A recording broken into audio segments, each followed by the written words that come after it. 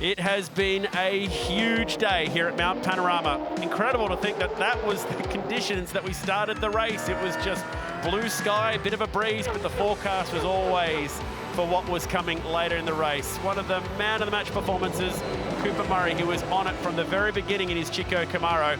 And it was almost over right there for Garth Tander and for Matt Payne.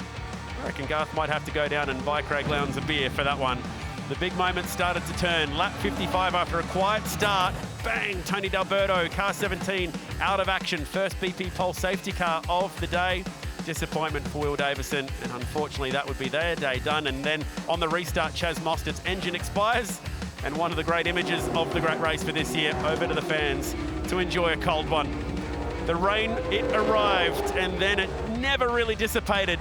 The action at the front was incredible. Waters going toe-to-toe with Kostecki. They came in for wets.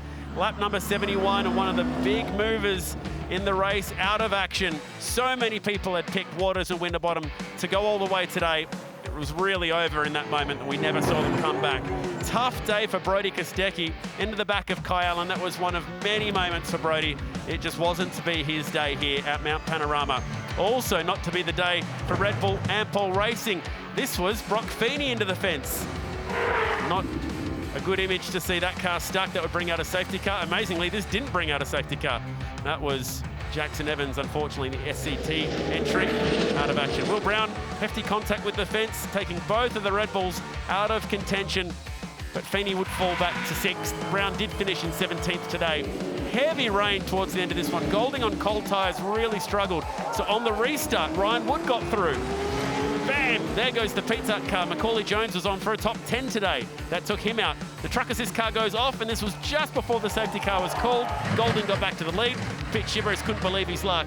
And then the heartbreak for car 2 as Ryan Wood and Jaden Ojeda go out of contention with engine drummers, taking both of the Walkinshaw Andretti United cars out of the show.